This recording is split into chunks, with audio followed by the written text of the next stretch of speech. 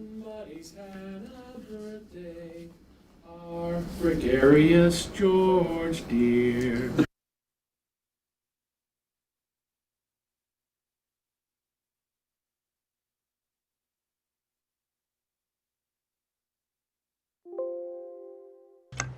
Test 1 2 test.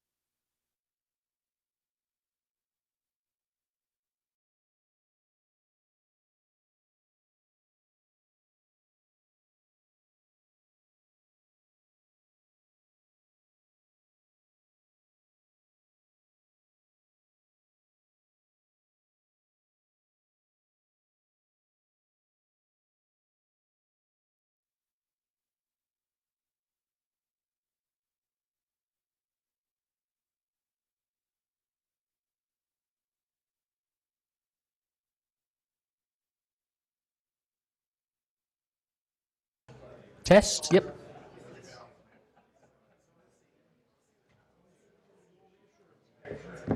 Did you leave it on purpose?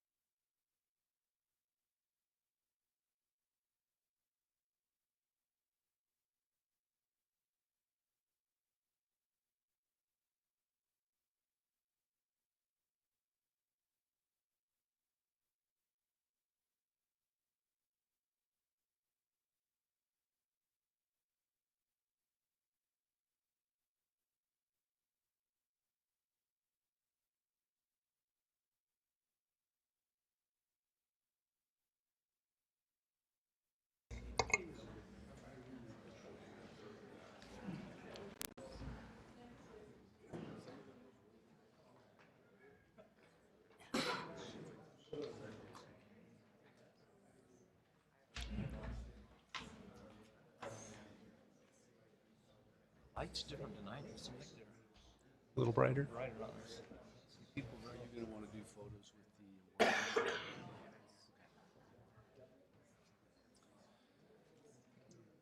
I'd like to welcome everyone to the Provo Municipal Council meeting for Tuesday, November 12th, 2019.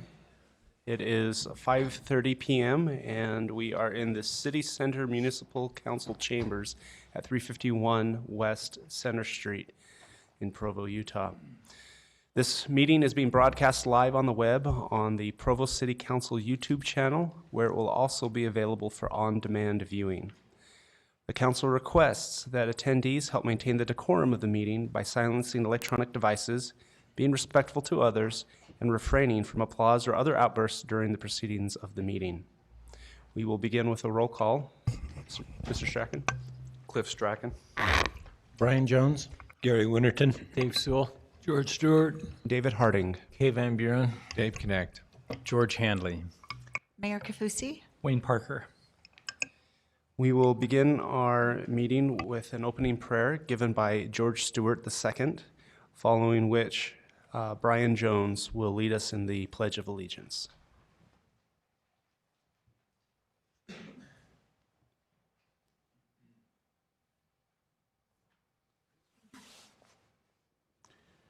Our dear Father in heaven, we're indeed grateful for the opportunity to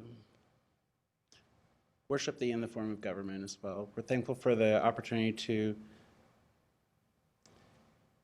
to have these good people who have sacrificed time and talents to be able to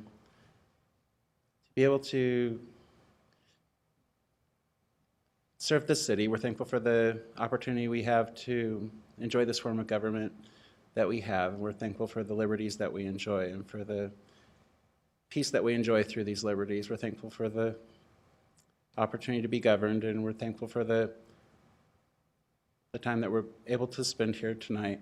Please bless the deliberations that will go on tonight, might go on with thy spirit and mind, and please bless that the people might be able to express their opinions and be heard. We're thankful for the opportunity to have thy Son in our lives, and we're thankful for this period of Thanksgiving where we are able to remember all the things that we've been given. We say these things humbly in the name of thy Son, Jesus Christ. Amen.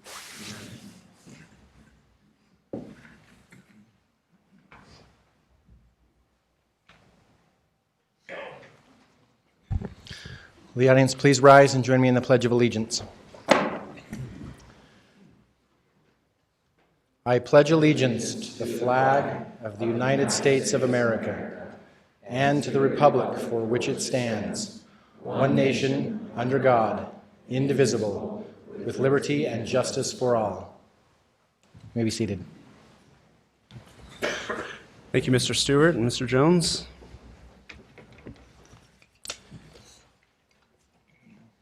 We will now consider the approval of the May 7th, October 8th, and October 8th council meeting minutes. Are there any requested changes to these minutes? Seeing none, unless there's an objection, they are now approved by unanimous consent. The first section of the meeting is presentations, proclamations, and awards. And we have two on the agenda, but before we get to the first one, there is another, let's call it a proclamation. We have a council member who is turning 80 years old in just a couple of days. And so we'd like to invite the audience to join with us in wishing him a happy birthday. And this past week, we lost a policy analyst who took the next step in his career, but it was council tradition to have him start us off on our singing of happy birthday, and he obliged us and sent us a recording. We actually stole it from an old council meeting, but it works. Even better. I'm sure we Technology had great. informed consent, right? Somebody's had a birthday. Our gregarious George dear. May Father in heaven bless him through all the coming years. Happy birthday.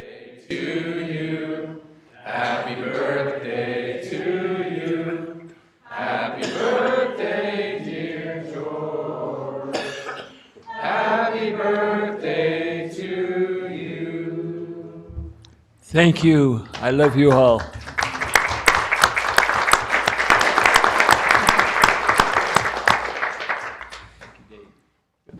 We're just getting going. Next is an acknowledgement of the 2019 Excellence in Information Governance Award, and this will be introduced by Mr. John Borgett, the Director of Administrative Services for the city.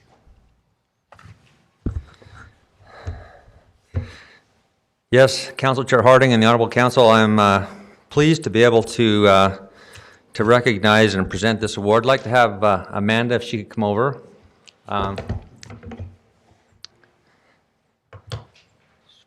pleased to announce that Amanda Erkenbrack is the winner of the 2019 Excellence in Information Governance Award presented annually by the Utah Division of Archives and Records Service. One of her colleagues here at the city kindly nominated her and said many wonderful things about her, and I want to just share a couple things that this person shared. Amanda's work is capable and a talented records officer, as well as her personal interest in the unique nature of Provo's history and how its records contribute to that rich history are a unique combination in a public official. These qualities have positioned her for and attest her to success in her role as city recorder, a role in which she serves with a keen eye, a critical approach, and an ongoing innovation. I've had the good fortune of working with Amanda for a couple of years. She was actually promoted to be the recorder in April 2017. Since that time, she, as each of you know, and we want to make sure our residents know, that she's done some amazing things. First of all, I mentioned that she stepped in and learned her duties as the recorder, and she excels in all areas. Groundwater requests have grown exponentially over the last 2 years, and that level and quality of work and the demand and what's taken there, she's just been amazing. I would just mention that she complies with the laws. She responds on a timely and accurate basis. She's also our on-base administrator, which on-base is a program that we use to manage and store the records throughout the city, and she does an amazing job at that. She's also been involved with the last 2 elections and stepped up and done a great job there. But this is what I feel most of all. Most of all, she's committed to excellence in all that she does. And so I'm proud to present this award. I would mention that she was presented this award about a month ago, but very much deserved to get the right award here. And just want to congratulate her and let her know what a good job she does.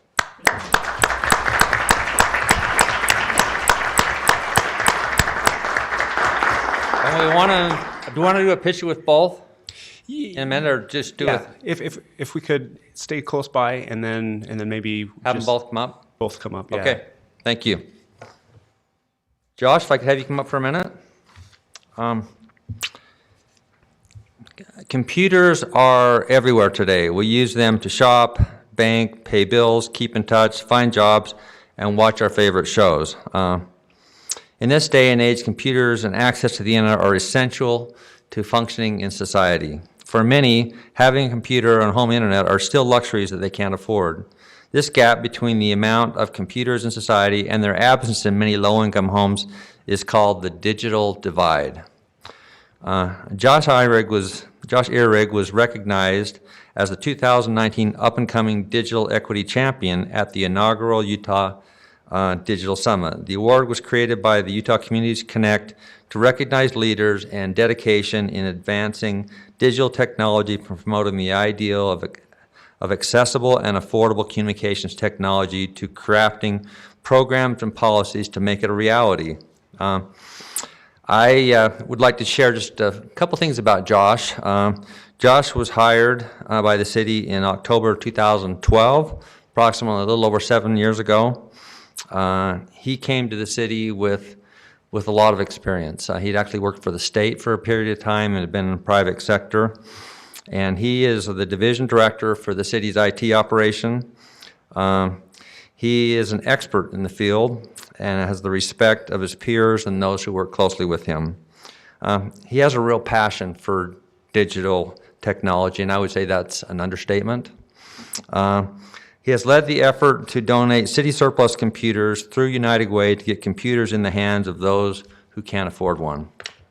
At this time, we would like to invite, he serves and is part of what's referred to as the Digital Inclusion Advisory Team that was organized several years ago and has spent countless hours helping to close this digital divide to where others who can't and don't have access can have access. And so we would like to invite those who are here that are on this committee to come up, because one of the things that Josh mentioned is that without the efforts of the committee, he would have never received this award, and feels like the award should be shared with both him and the members on this committee. So if they could please come forward. At least those that are represented with the group.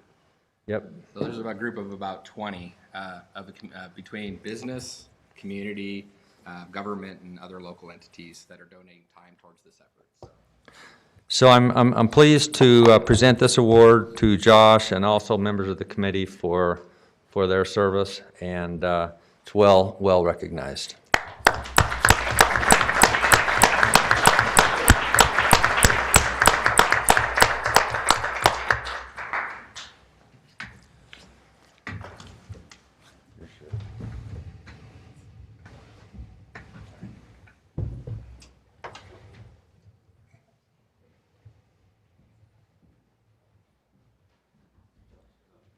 Who's first?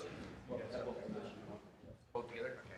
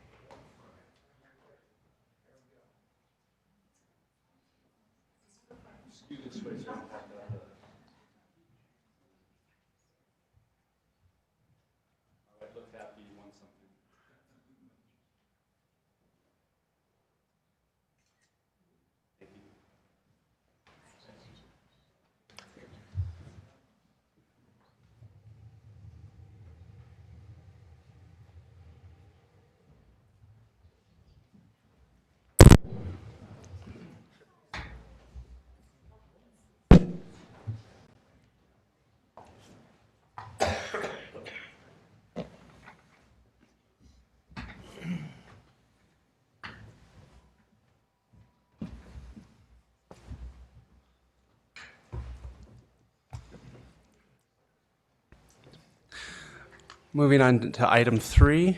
Oh, actually, before we do that, let's have the public comment preamble. Mr. Jones, if you'd be willing to read that for us. Yes, Mr. Chair, I'd be happy to.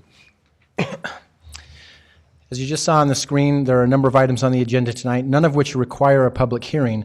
But for all those items, public comment will still be taken following presentation of the item, but will be limited to 10 minutes. At this time, 15 minutes have been set aside for an open public comment period, which is intended to allow comment on matters that do not appear on the agenda. Persons who speak during this time to an item that is on the agenda will not normally be afforded a second opportunity to speak during the comment period specific to that item. During any public comment period, each speaker will generally be limited to 2 minutes. Additional time may be given to individuals specifically invited to speak, such as applicants, neighborhood chairs, or others that may be representing additional persons. Please begin your comments by stating your name and city of residence. Due to noticing requirements, no formal action will be taken in this meeting on matters that do not appear on the agenda. Thank you, Mr. Jones. If anyone is here with a comment, you may come forward now.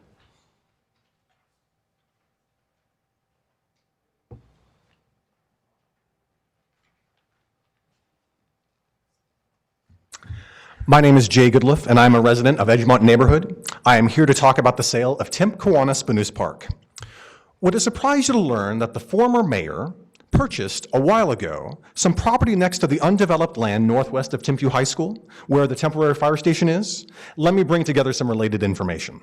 When Provo City School District asked for some property to expand the footprint of Timpview High School, they asked for that undeveloped property first. The mayor and the Parks and Recreation Director said, no, don't ask for that undeveloped property. Ask for the 50-year-old legacy park instead. Ask for Spanoose Park. So that's what the school district did.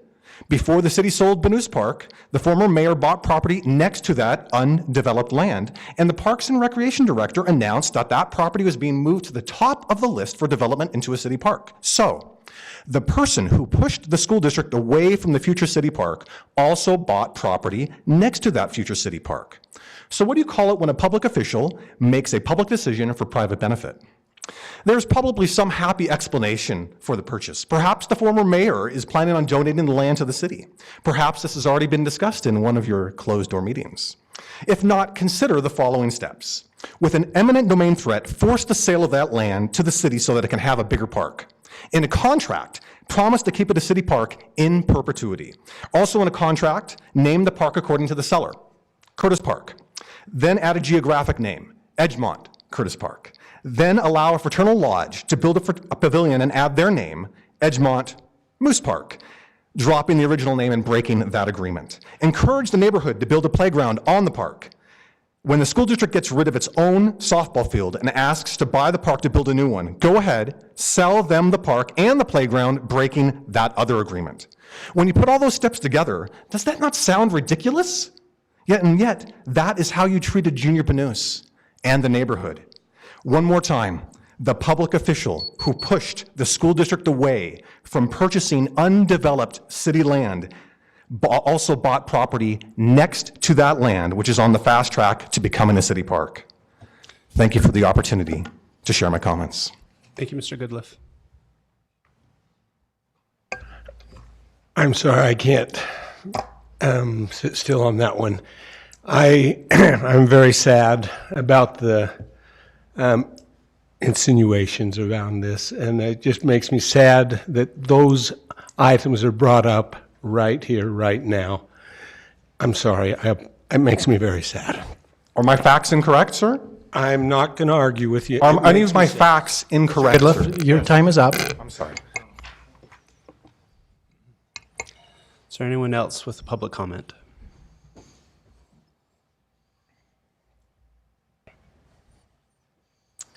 My name's Andrew George. I'm a citizen of the Edgemont neighborhood as well. Regarding the sale of the Spanoose Park this last summer, as you know, the Provo voters who spoke out on the issue, the vast majority were all completely opposed to the issue, including the consideration of it and the legal fees to convert it from an LWCF property. Sale went through in what seemed at sometimes a somewhat clandestine operation to push it through, knowing that the public was so opposed to it. The council floated ideas of an easement regarding access as a park to try to smooth things over, but now that the sale is final with no such easement, I consider it a failure of this council to represent its voting constituents. I hope for a Provo council to be more transparent in its interests and reasoning and willing to drop an initiative when voters are nearly universally opposed to it. Thank you. Thank you, Mr. George.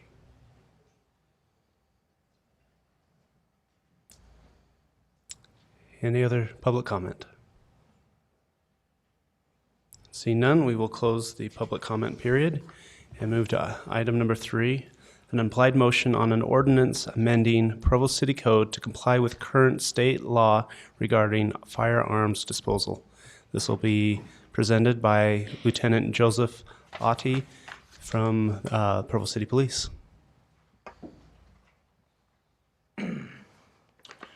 Oh, good evening, Councilman, Mayor, Mr. Parker. So what we're proposing is a change to Provo City ordinance that governs how we dispose of firearms. We take in firearms through investigations, seizures, people turn them in as found property, and through the course of investigations and finding the owners and whatnot, sometimes we take possession of these firearms and we need a way to dispose the firearms. The Utah state law provides us with a way to do that. Recently, the Utah state law was updated. The spirit of the law remained intact. They didn't have any other requirements. They didn't change how we do things. Our old policy is actually in line with the old, with the updated law. However, some numbers and some language and whatnot need to be refreshed. That'd be really the best way to describe it, is refreshed. So we're asking that that ordinance be amended so that we can continue to dispose of firearms. And we do that through, sometimes if they're unsafe, we'll destroy them, or we can sell them, and then we use the profits from the sale. We put that in our training budget to buy other police-related items. And I apologize, I should have read in item number 4 as well, because these are related. We'll have 2 separate votes, but I believe the description that we're receiving now applies to both. So item 4 is an implied motion on a resolution authorizing the Provo City Police Department to apply to public interest use proceeds from the sale of certain confiscated or unclaimed firearms. Okay. And then with that, if you would, just describe a little bit, you mentioned the potential sale of these firearms. Can you describe who you sell that to, just for the public? Absolutely. So once we complete the process, which does involve the judicial system to make sure that we have the right to act on behalf of the property, we have a wholesaler. Salt Lake Wholesale Firearms is who we take the firearms to, and then they make the firearms for sale to the general public through their methods, and then they put the proceeds into an account. Okay. Thank you. Any other questions from the council? Thank you, Lieutenant. We will open this item for public comment now. If there's anyone here that would like to speak or comment on this item, can come forward now. Would you like me to stay here? You seated. You can have a seat now. Thank you. Seeing no public comment, we'll close that and bring it back if there's any discussion among the council. And I'm trying to remember the exact wording in the material that we were given, but I believe that the state tightly controls who the police department can sell that to, and we've selected that wholesaler because they're licensed or meet these certain requirements. Thank you. If there's no comment, I will call for a vote first on the applied motion in item number 3, which amends Provo City Code to comply with the state law regarding firearms disposal. All in favor? That's unanimous. And now I will call for an implied motion on the resolution authorizing the Provo City Police Department to apply to public interest use proceeds from the sale of certain confiscated or unclaimed firearms. Those in favor? And any opposed? That is also unanimous. Item number 5 is an implied motion on an ordinance applying the Supplemental Residential overlay to the one-family residential zone, R18, for real property generally located between 2320 North and approximately 2100 North, and between 350 East and approximately 250 East in the Pleasant View neighborhood. And this will be presented to us by Mr. Dustin Wright, Provo City Planner. Thank you. So this item is a request for a rezone that has been before the council before. At that meeting, the item was continued. But I'll give a little bit of background for those that are here that haven't heard about it. It's a request to rezone this property outlined in red in the Pleasant View neighborhood. It's got 32 homes. It's in the R18 zone, and it's adjacent to R18S zone, which is the zone that they're requesting to have it rezoned to, so it would tie into that.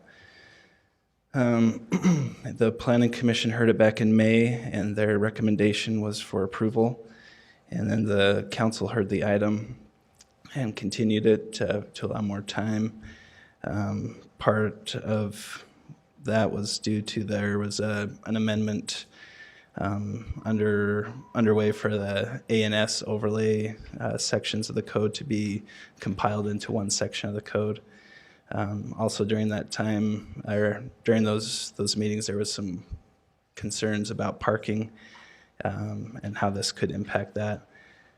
Parking up on the street there that's adjacent to where this would be on 2320 North was discussed, and since that time the parking on that street has been taken away and bike lanes have been put in there, and so we feel like that will help with some of those parking concerns that were addressed before. And so, yeah, the S overlay essentially will allow for owner occupants in this area to be able to utilize their home as if they occupy it, to be able to rent out a portion as an accessory apartment for up to 4 individuals. And that's kind of the basic kind of recap on that. If you have any other additional questions, I'd be happy to answer those. Thank you, Mr. Wright. Any questions? Thank you. We will first invite the applicant if he has anything that he would like to say to address the council to come forward at this time. First of all, I'd just like to thank the council and the mayor for being here today and taking time out of your busy schedule to work with the city with all these things. So when we applied for this, looking at it, we noticed that being next to the R18S zone and then being in the R18, there's 32 homes in that area, and talking with the owners, we all decided that we would like to have, the majority decided that we would like to be able to adopt that same S overlay and be able to have the same abilities with our home that other people in the Pleasant View neighborhood have. Within this zone, the 32 homes, currently 18 of the 32 homes are rented out, and they are not owner occupied. And what our hope is by doing this will encourage owners to come back and move into these houses, and if they would then be able to rent out an accessory apartment, just to try to help to keep owner occupants in the area. When we went through and did this, like I said, most of the people are the renters. We were able to get a majority of the homeowners to sign wanting this to go through. Some of the positives with this would be, first of all, it would simplify the boundary lines like Mr. Wright had stated. It would kind of bring that all together. Second of all, it would help young professionals like myself to be able to get over the high boundaries of home ownership. What my thought was buying a house. If I was to buy a house and be able to split that debt service with somebody else, I am now getting myself much further ahead in life by being able to own real property. And by doing that, I can also be there, maintain it, make sure everything is going well. And I did not necessarily want to live in an apartment. There's a lot of apartments in Provo, and I would like to be in a house. So my thought with that is getting somebody in there. I've now been able to lower my debt service, still be able to live in a house. And then another thing that what you've now done with the S and the A overlay, it would require the city to come in and give permits to those who are applying for it. So now it's going to be more regulated, it's more controlled, plus that the city then gets a little bit of money back for those permits that do happen. So overall, I feel like it's a very good thing to have happen for our neighborhood. Thank you very much. Do we have the neighborhood chair from Pleasant View with us? Mr. Jones.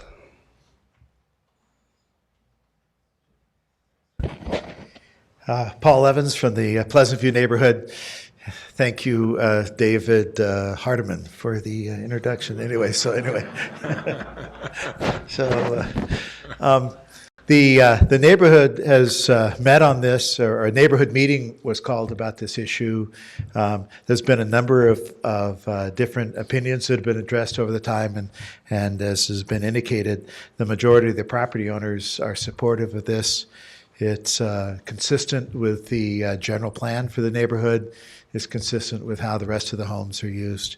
And personally, I would say it's a good idea to go forward with it, but representing the neighborhood, again, there's a majority more like around 80% who would support this, and there's still some people who have concerns, and I hope that they'll speak to those tonight and you can consider those. Any questions? Thank you. Thank you, Mr. Evans. Yes, Mr. Harding. And with that, we will open this up to the public if anyone would like to comment. And I will try to get your name right.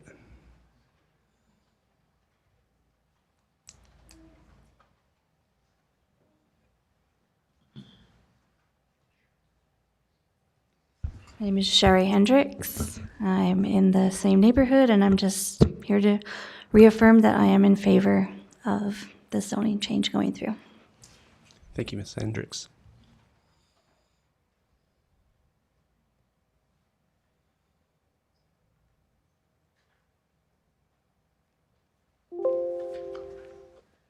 Hi, my name's Ben Jensen. I went around with Kyle getting signatures. I live in the neighborhood. I'm a homeowner, young professional. My wife's a nurse. I work at a place called Hall Labs just in Provo. We bought the home with the intention of renting out our basement, but not really understanding the zoning. We kind of naively purchased the home, but found out that there was other neighbors that were also interested in this zone change, and it would be a great help to us. Allow us to save on the mortgage payment. Allows us to stay in Provo, close to our jobs. Allows us to be close to the parks in the area. Allows us to have a large backyard. We have 2 big dogs, and we're in favor of this zone change. So. Thank you, Mr. Jensen.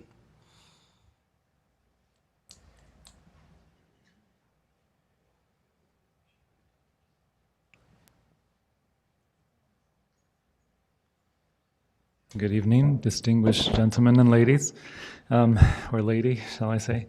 Marcel Bowman, I'm a resident of 2100 North, and I'm personally in favor of the S overlay as well. My wife and I first lived in a townhouse in Provo, and we moved from there to Spanish Fork, where I was teaching. I'm a teacher at Timpview High School now. So now that we moved back to Provo, it was a little bit of a challenge to move back to Provo because real estate is so much more expensive than it was in Spanish Fork. So we sold our Spanish Fork house there and our townhouse that we had rented out in Provo to be able to live in Provo in a big enough house that would house us and our children. Part of the reason why we wanted to buy a home in Provo is to be close to my wife's parents who are aging, and also our children are in college. They are approaching marriage age, and we were hoping to have a place for them to live when and if they cannot afford a house. So we have a rather large house, but it's difficult to sometimes maintain in the age bracket that it's in, and also because of its size. So we know that the home has what it was at one time rented out because of the way it's laid out, and when we bought it, we thought, hey, this would be great. We can rent it out until our children need it, and then we found out about the zoning and similar theme as Mr. Jensen. So thank you for your time.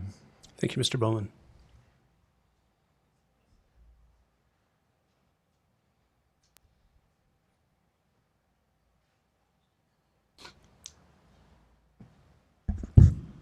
My name's Julie Grant, and I'm also in favor of the zone change. We are renters. Well, we're sharing the house with Kyle and Liz because they didn't know when they bought the house that it was not in that zoning, and they bought it with that intention. And we just transplanted from Dallas, so that's where our family's grown up and been raised.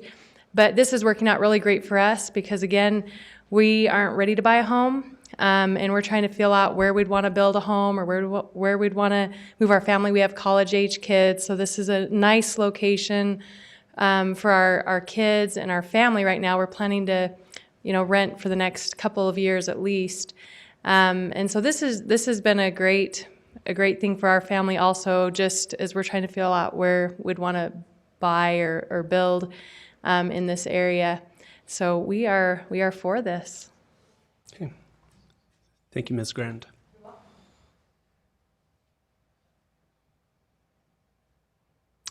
Any other comment? Seeing none, we will close the public comment and bring it back to the council for discussion. Mr. Sewell. I just wanted to congratulate the applicant on a very well-reasoned, concise presentation, and I agree with what you said. Mr. Connect. I'm also glad that we had so many residents that were in favor of this come up and explain why they were in favor of it and how it was going to help them, and in light of the affordability problems we have with housing.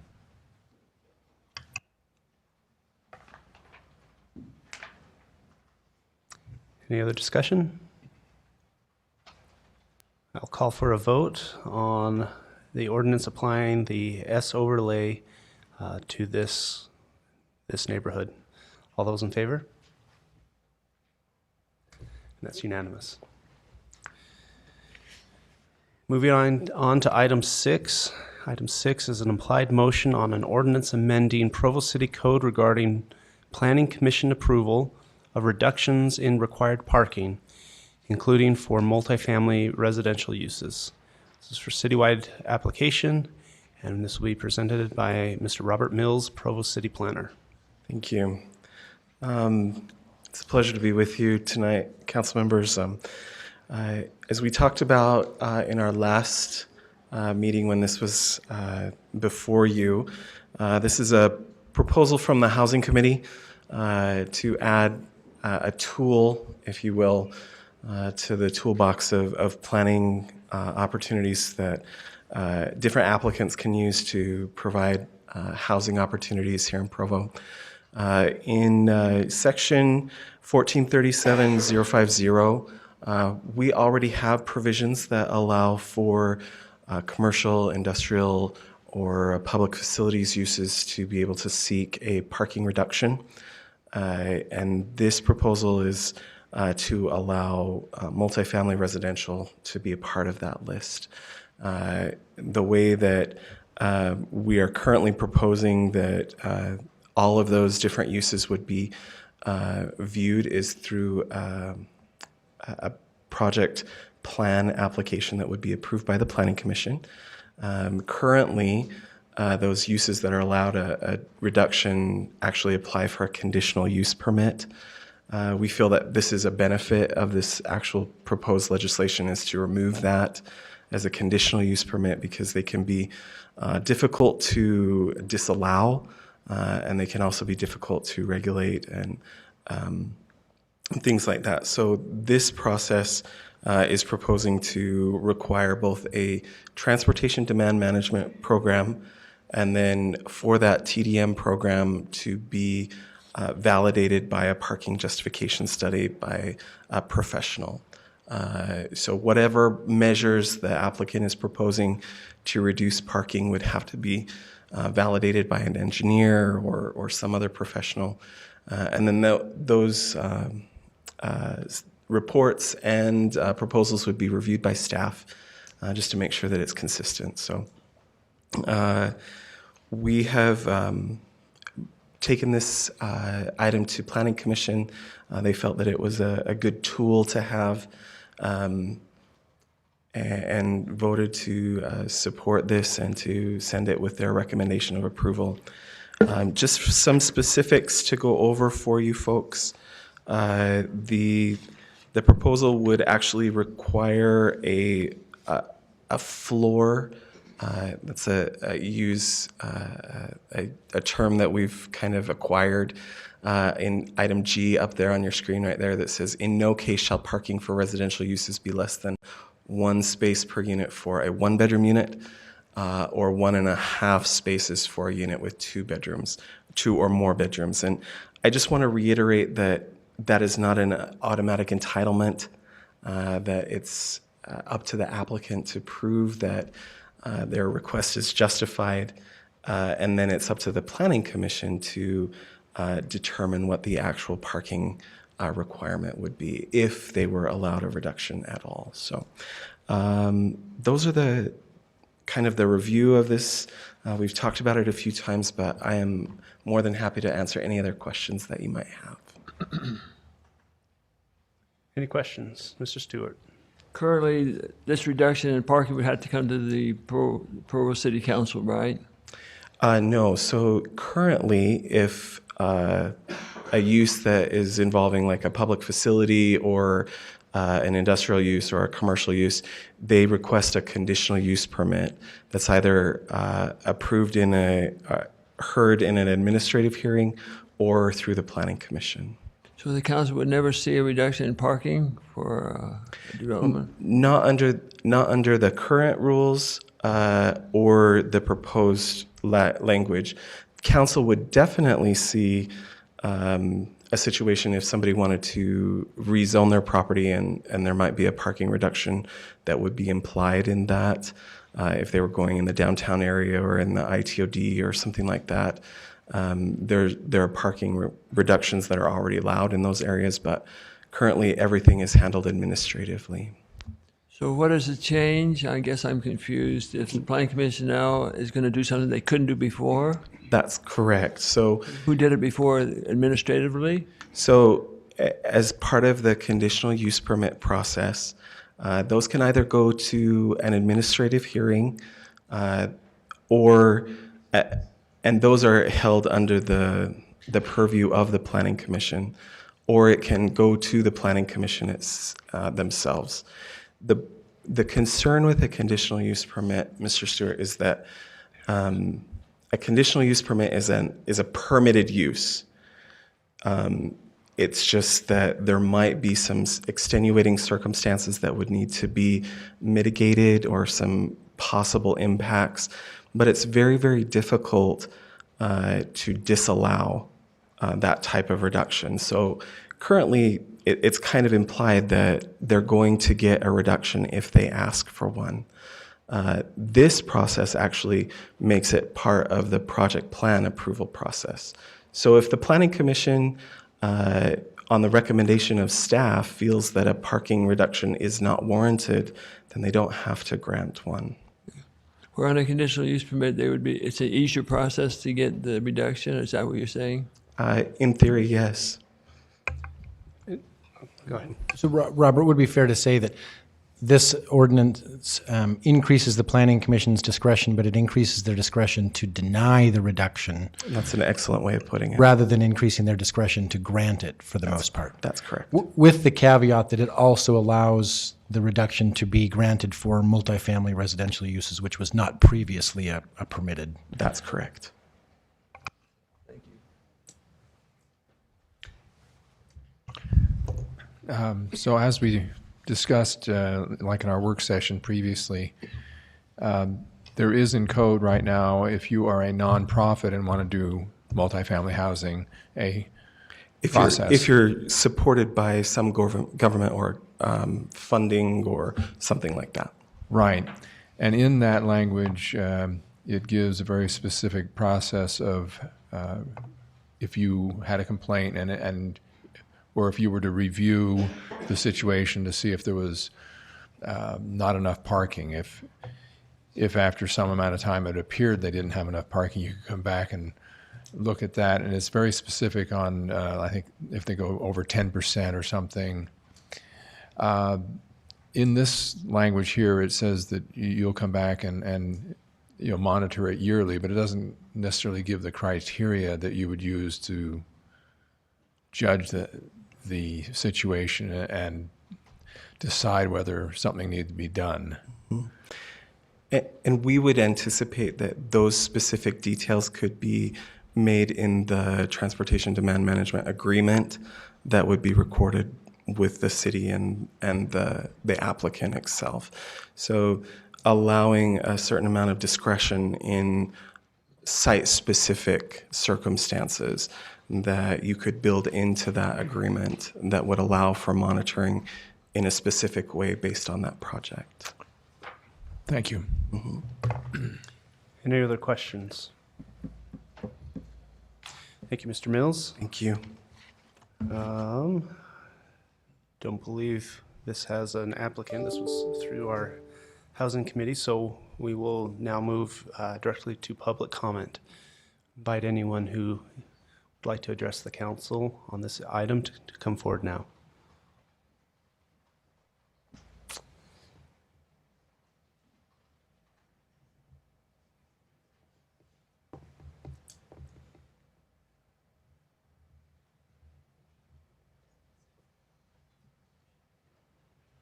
Sharon Mima in the Edgemont neighborhood, and I've commented on this before, but I wanted to iterate. I appreciate the process and how this has changed and come about.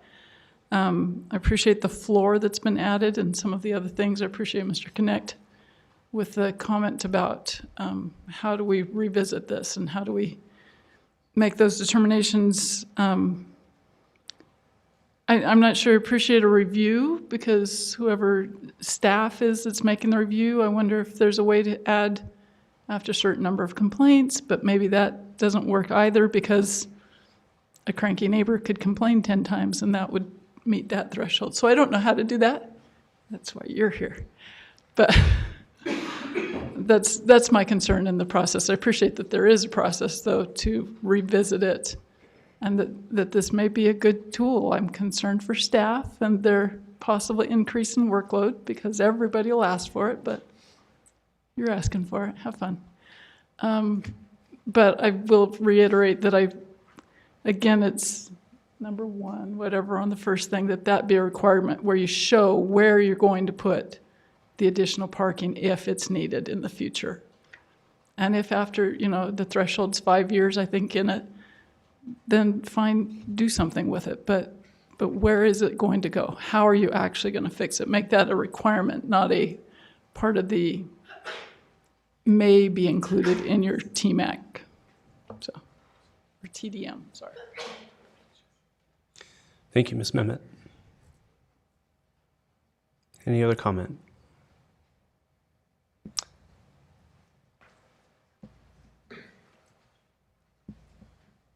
My name is Jordan Spriggs, and I live in Provo. I'm a student here. My complaint is not anything to do with, I don't understand. I don't understand what is being proposed. I understand that that's not necessarily, you guys are smarter than me in this case. I don't have the background. But how can I know if this affects me and if this is something I should be concerned about if I walked in here, if some things aren't said in layman's terms? And I would ask if that, I'm not, whatever on this issue, but it's more about the direction of this council, and for those that are not just experts on off-street parking requirements in section whatever that is. And so that would be my one complaint to the council. But I've appreciated your time, so thank you. Thank you, Mr. Spruce. Good evening. I'm Martha Windsor. I live at 215 South, 1050 West in Provo. My only concern is that there needs to be checks and balances so that we have sufficient parking. And we just don't need another 575 South Freedom Boulevard. That has been a detriment to the whole area.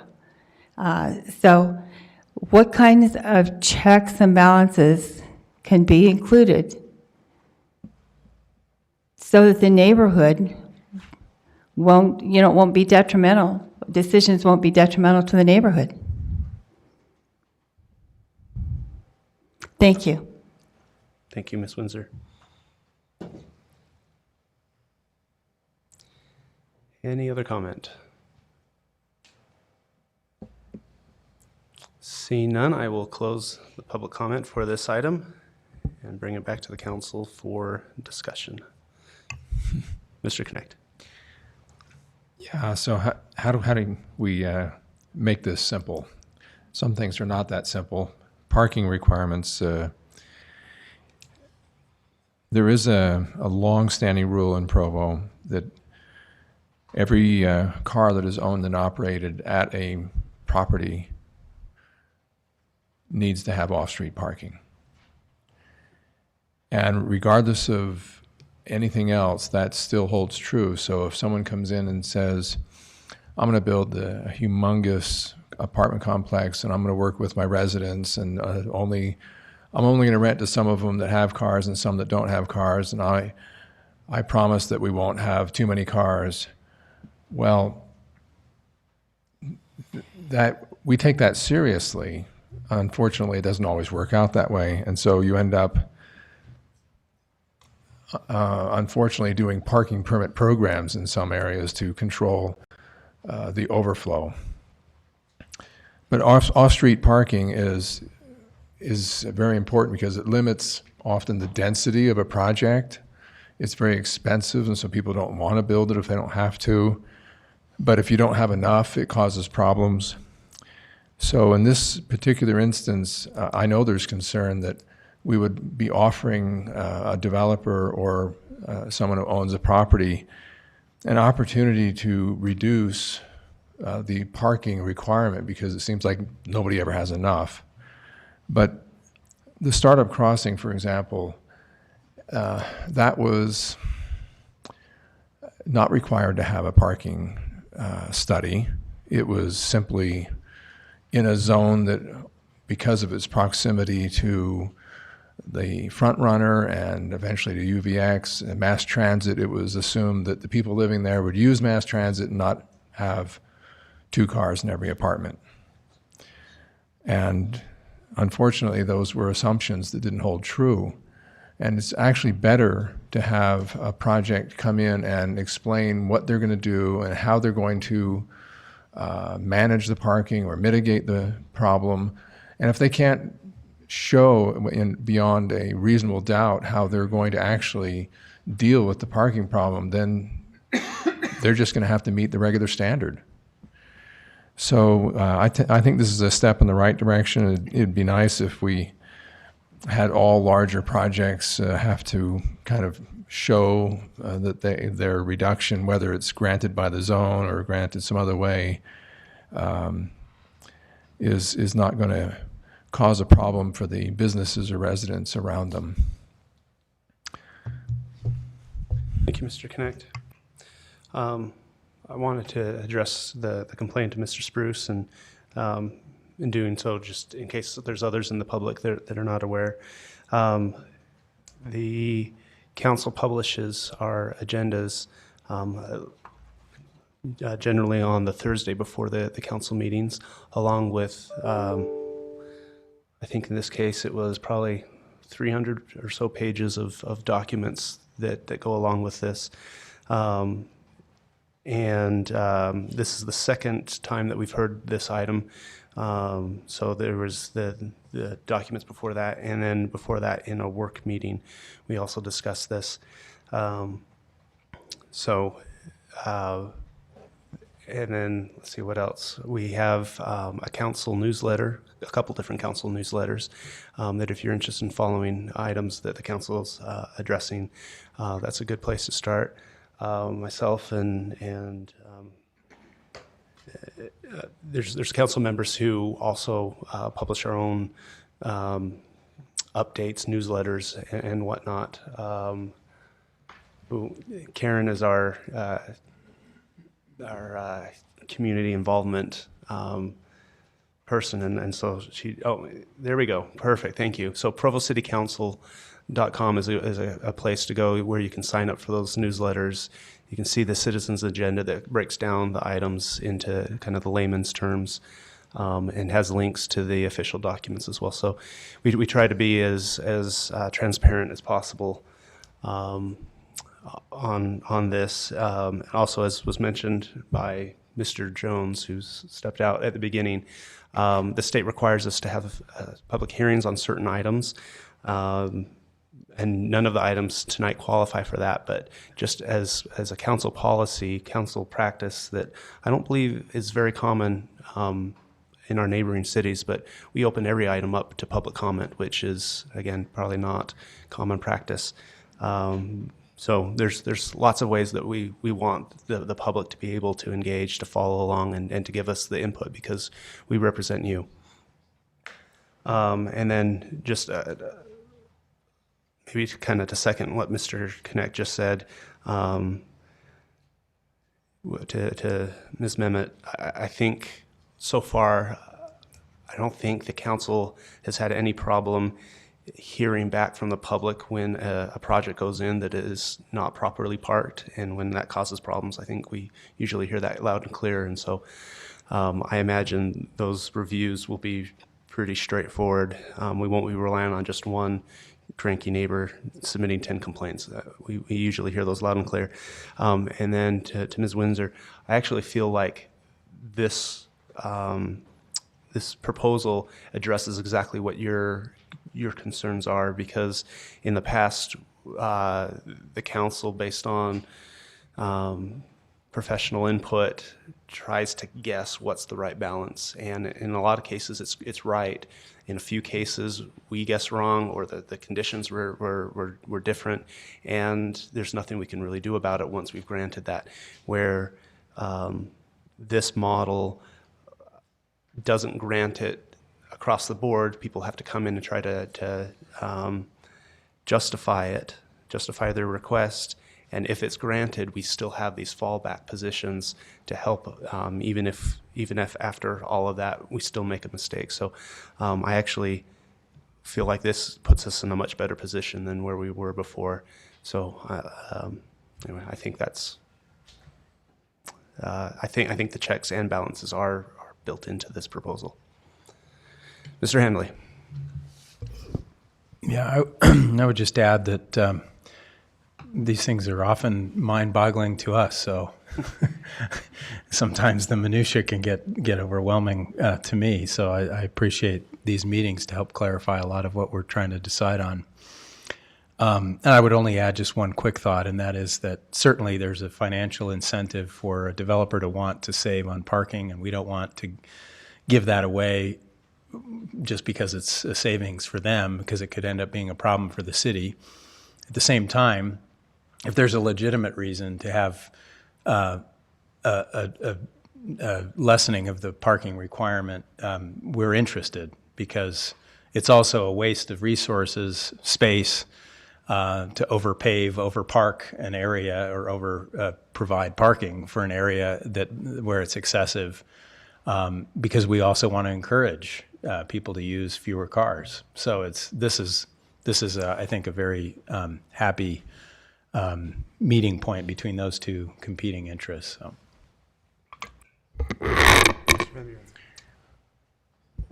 I've struggled a little bit in the supporting of this ordinance, only because as I've been on the council, we very rarely have discussions here or problems here because there's too much parking.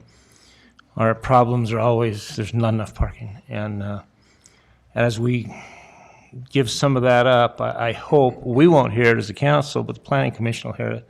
I hope that their attitude is that it's the exception rather than the rule that we give up on parking. And I hope they just hold strictly to that, because we just deal with parking and lack of parking and trouble with parking so often, and we continually do it, that I'm just really nervous about this. But I will trust in the Housing Committee and our staff and the Planning Commission to make the right decision as they rule on these. Thank you. Any other comment? Just to give a little perspective, we had a project come in on South State Street, and it was a very desirable project. The type of housing was what the neighborhood really wanted. It was condos for sale at $180,000 a door, which is unheard of in this market. And they just, I think they were like 6 spaces short out of maybe 130 or 40. But their model showed that the way they allocated the parking, instead of 2 assigned stalls for each condo, it was one assigned and the other was floating for anyone in the unit to park in it. And some people had one car and some people had two, or maybe someone had more than two, but it all balanced out. And they had done several of these projects and they could show with their model that it worked. But we didn't have this process in place. So they simply went out, and we have another avenue where you can kind of write your own zone. We call them pro zones, project redevelopment options. And so they wrote a zone that suited what their project was and their needs, and the Planning Commission agreed. And so they got what they needed a different way. And it was actually a harder way, and this process will bring some uniformity, and you will actually be doing studies about the traffic instead of just writing a zone that allows it. Thank you. Any other comments? One last parting thought then. Another thing that I like about this proposal is it's not just giving people a reduction, it's in exchange for something. They have to propose how they're going to, put in infrastructure or whatever in order to qualify for those reductions. And the staff member that was talking about this in the housing committee talked about in the other zones, other uses where this is allowed, the public benefit of those additional facilities that are put in, far outweighs the one or two reduced parking stalls. And so it really is kind of a win-win for everyone by using this TDM's transportation demand management plans. So any other comments? I will call for a vote on an ordinance amending the Provo City Code regarding Planning Commission approval of reductions in required parking, including for multifamily residential uses. All in favor? All opposed? Okay. That is, everyone is in favor except for Councilor Stewart.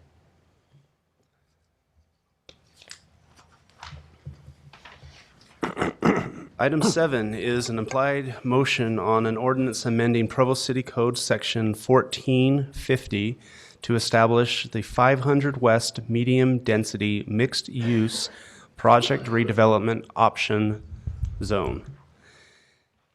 One of those pro zones we just talked about. This project is located in Dixon neighborhood, and this will be presented by Brian Maxfield, planning supervisor. And while I'm at it, yes, let me read in item 8. We will vote on this separately, but we will consider them and take comment on them together. Item 8 is an ordinance amending the zone map classification of approximately 1 acre of property generally located at 385 North, 500 West, from residential conservation to a project redevelopment option zone in Dixon neighborhood. Mr. Maxfield. Thank you. As you recall, this item was discussed 2 weeks ago. We did talk about the aspects of this. It involves the creation of the pro zone and then the implementation of that zone on that property that there's at the southwest corner of 400 North and 500 West. Amazingly enough, this pro zone allows an overlap in parking. It allows a shared parking between medical office and residential use. The difference in this case is they've had 20 years to evaluate the site. And for that reason, we've supported that overlap in this case. Their proposal also would allow 6 additional residential units that would go, I'll show that quickly. The existing buildings, the proposed one is the southwest portion of those buildings. That would add 6 units to that site.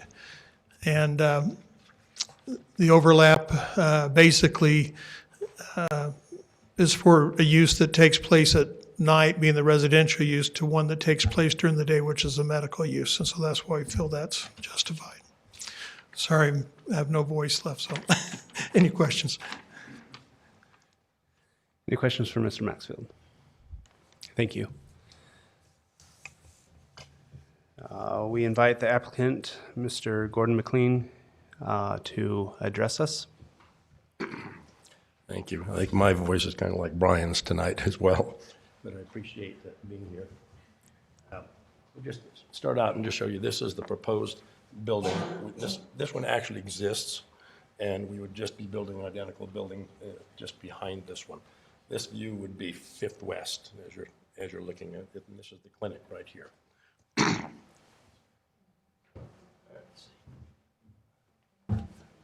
This is a picture of the clinic right there, and this would be a picture of the existing building that's here, and here's the clinic and the building, and the proposed building would be behind that. Again, this is Fifth West here.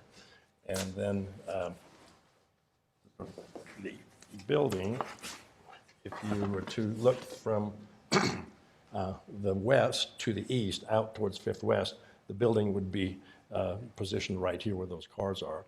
And then this is looking from Fourth North to the south where the building would be positioned there. Okay.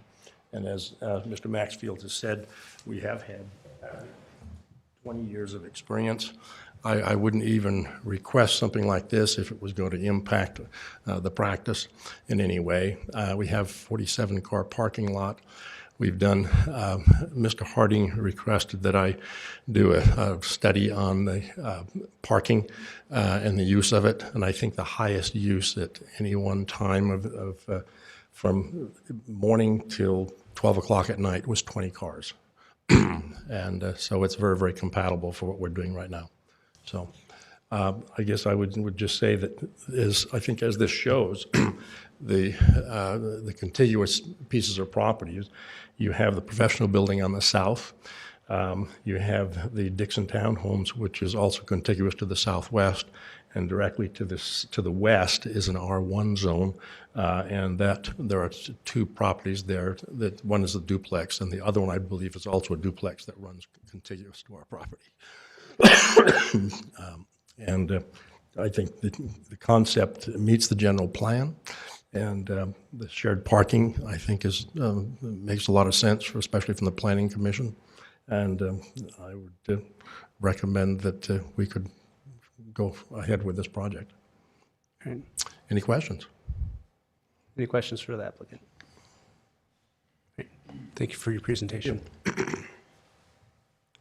We invite Mr. Potter, the Dixon Neighborhood Chair, or any vice chairs that are here from Dixon Neighborhood, if they would like to address the council.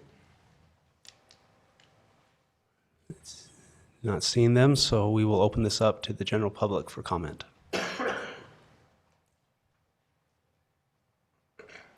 Seeing none, we will close the public comment and bring it back to the council for discussion. Seen by the lack of concerned public here tonight, I think that's indicative. Over the past 2 weeks, between the first hearing and this hearing, I posted on the Dixon Neighborhood Facebook group some of the documents and plans, and several people did chime in.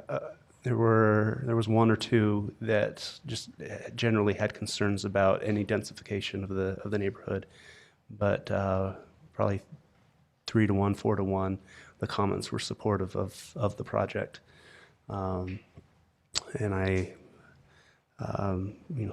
thank the applicant for being a good neighbor, for managing this property well for the last 20 years, and I will be voting for this. I just think this will affect Councilman Harding as much as anyone, as he lives very, very close to this project, and I know that he's done his due diligence and looking at this to see what type of effect it would have on his own personal property, and I'm grateful for his efforts and the way things have worked out with the neighborhood also.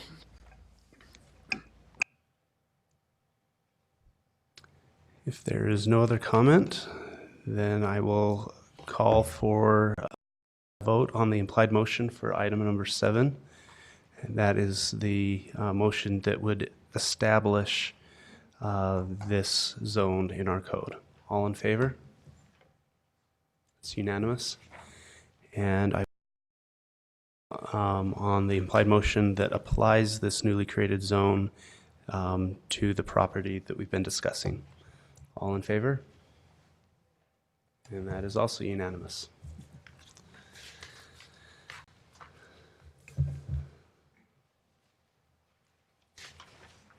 Item number 9 is an implied motion on an ordinance amending Provo City Code to update public works standards from the 2019 standards to 2020. This has citywide application and will be presented by Mr. David Day, Development Engineering Coordinator. Seems like a new title. Yeah, thank you. Congratulations. Yeah, I'm David Day with Public Works. I'm really happy for all the support tonight. We normally don't have as much support with the Public Works standards discussion, but they may be getting credit for being here for something like that. As we discussed earlier, I'll just go through that briefly. Each year when we go through our standard specs, we have discussions with developers, contractors, engineers, and they say, hey, what about this? What about that? And so we take all those suggestions and maybe misunderstandings that people have and try to clarify them. And so we put those together in a package every year and bring them back to you and update our standards, and we take them from the 2019 standards to the 2020 standards. So really the ordinance change is pretty simple, but as you go down through that, you'll see there's about 43 pages of changes that get pretty technical. We have the asphalt changed, various details. We update the notes so that they're more clear for people to understand. And as you go down to the end of those, if it's a lot of scrolling, sorry. If you want me to stop, I'll stop, but I don't want to delay your meeting any further. So pause right there for a minute. Last year we changed the street cross sections, and so these details are the actual intersection design, but it does have a note on there, the widths of the roads. So we put those on there that are compatible with those right-of-way changes that we made last year. Can you go down a little further?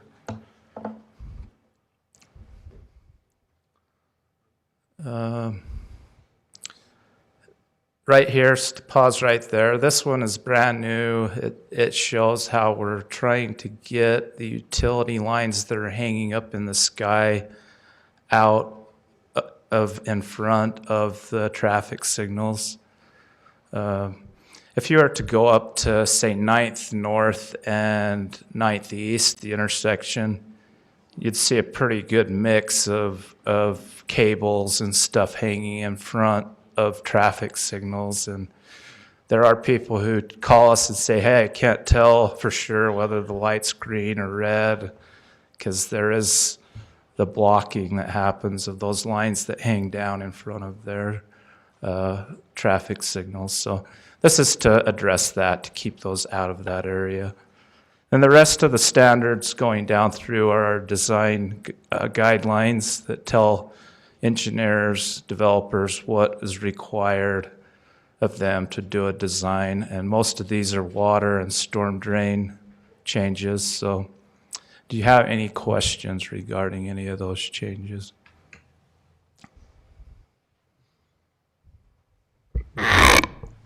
Chair Harding, I'll step out for a minute.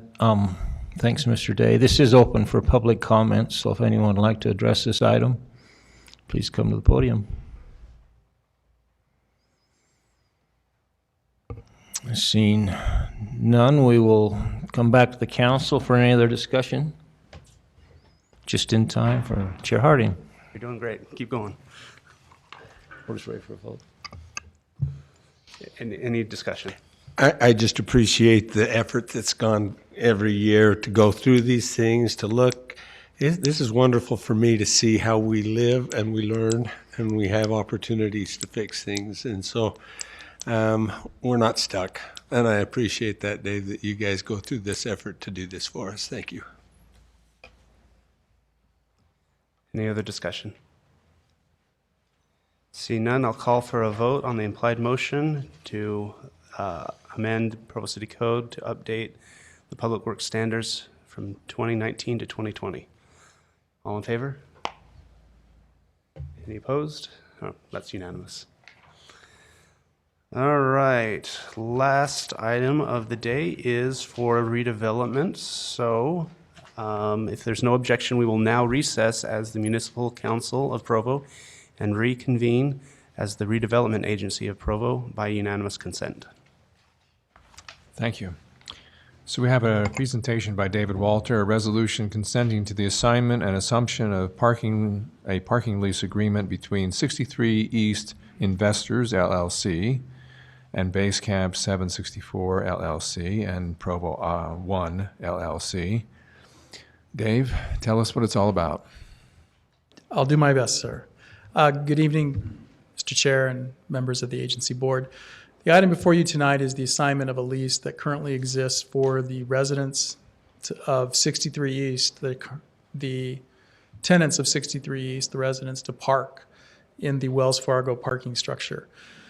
By way of background, the agency has the use of a certain number of those spaces as a result of the number of contracts that have gone back and forth over the years, and as well as participating in the construction of the Wells Fargo parking structure. When 63 East was initially built, the tenant leases for the resident leases rather for the parking spaces was a part of the joint development agreement between 63 East partners and the redevelopment agency. Over time, as the project is sold to different investors and owners, those leases need to be assigned to the new owner. And so we have to assent to that by right of the joint development agreement. So tonight is the next step for the new owners and their financing people to have an assurance that there will be continued parking for the residents of 63 East. Tonight we're asking you to adopt a resolution that would give the mayor in her capacity as the chief executive officer the authority to sign that assignment and transfer the right for those parking spaces to the new owners. That concludes staff's presentation, and I'm available for any questions. Okay, we'll open this up to the public if anyone has a comment or a question. Seeing none, we'll bring it back to the council. Do we have any comments, questions, or discussion? Gary? The only question, I guess, David, is all we're doing is changing a name, basically. Yes. Because the agreement is still intact. It's still Yes. exactly what we're doing, so it's just a name change. Correct. But it's giving the new owners and their financing partners the assurances that they're going to have the spaces that they need for the residents to park there. Okay, yes. For me, it's also that the city has put in some public money to help with the original creation of this project, and I hope as it changes groups, as it changes ownership or whatever, that the city continues to get the value out of the project that we originally invested in. Okay, if there's no more discussion, all in favor of the implied motion? And that's unanimous. If there's no objection, we will now adjourn the Redevelopment Agency of Provo by unanimous consent.